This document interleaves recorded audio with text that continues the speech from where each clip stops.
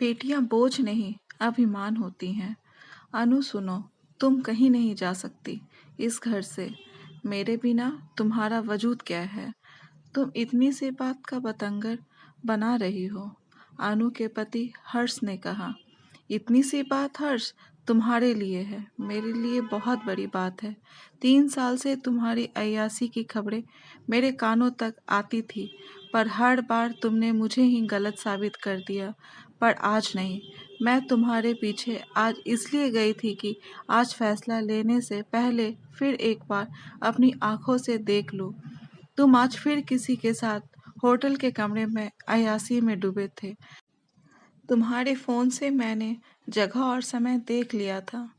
आज मुझे फ़ैसला लेने का ज़रा भी दुख नहीं है। हर्ष, तुम समझते क्या हो? हर बार गलती तो नहीं हो सकती है, ये आदत है तुम्हारी। अनु, तुम बात बढ़ा रही हो। घर छोड़कर कहाँ जाओगी? मायका? वहाँ से 4 दिनों में वापस भेज देंगे। अनु, जहाँ जाना है जाओ, लौटकर यहीं आओगी। कौन रखेगा तुम्हें? माँ बाप या भाई? उन पर बोझ ही रहोगी। कोई नहीं बोझ को ज्यादा दिन रखता। हर्ष ने बेशर्मी से कहा। नहीं हर्ष, बोझ तो तुम बन गए हो मेरे लिए, जिस बोझ को मैं ढो रही थी। पर अब नहीं। अब मैं यह बोझ नहीं ढो सकती। मैं हमेशा के लिए जा रही हूँ। अनु ने अपना आखिरी फैसला सुनाया। अनु, मैं बोल रहा हूँ, तुम नहीं जा सकती। मैं जा रही हूँ।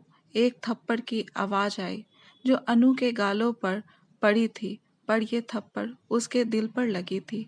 आंसू बह रहे थे, पर यह वह थप्पड़ के नहीं, विश्वास के टूटने के थे।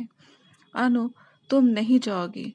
मैं बोल रहा हूँ ना, मैं जा रही हूँ और अब कभी नहीं आऊँगी। तुम ऐसे नहीं मानोगी। हर्ष उसे मारने लगा। तुम पागल हो गए हो? छोड़ो मुझे। अनु ने अपने आप को छुड़ाने की कोशिश की।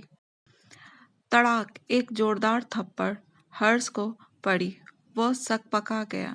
अचानक उसे इसकी उम्मीद नहीं थी। ये थप्पड़ अनु के पापा की थी। अनु ने उन्हें साथ चलने बुलाया था। तुम इतने गिर जाओगे, हमने नहीं सोचा था। तुम्हें शर्म नहीं आई हाथ उठाते? खुद की गलती को ढकने के लिए कब तक मेरी बेटी को मोहरा बनाते रहोगे? अनु के पापा ने कहा। अनु अपनी माँ के गले लगकर बिलख पड़ी। माँ, मैंने बहुत कोशिश की, पर मैं अपने घर को नहीं बचा पाई। नहीं मेरी बच्ची, घर पति पत्नी दोनों की ईमानदारी से बनता है, किसी एक से नहीं।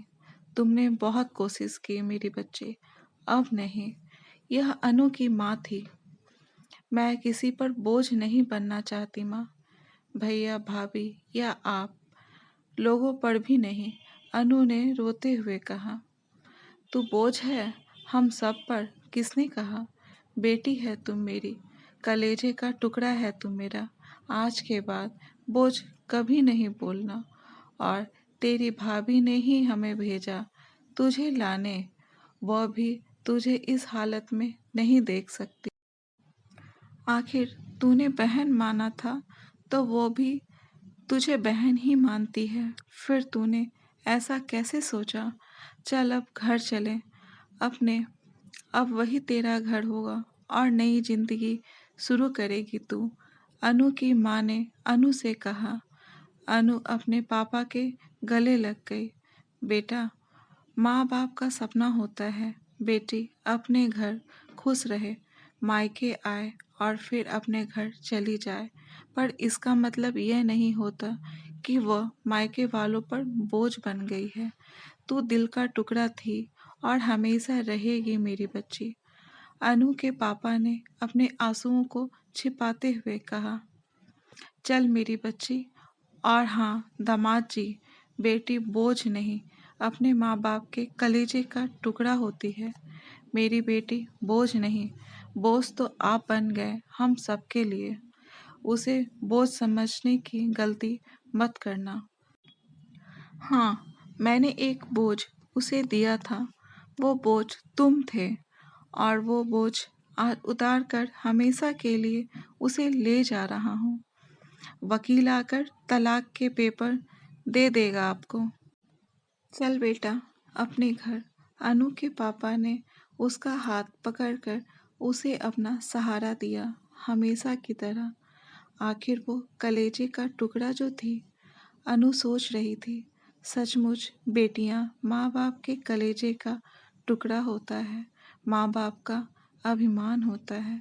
दोस्तों, ये कहानी आपको कैसी लगी कमेंट बॉक्स में ज़रूर बताएं, और अगर कहानी अच्छी लगी हो तो कहानी को लाइक, शेयर और चैनल को सब्सक्राइब ज़रूर करें। कहानी सुनने के लिए बहुत बहुत धन्यवाद।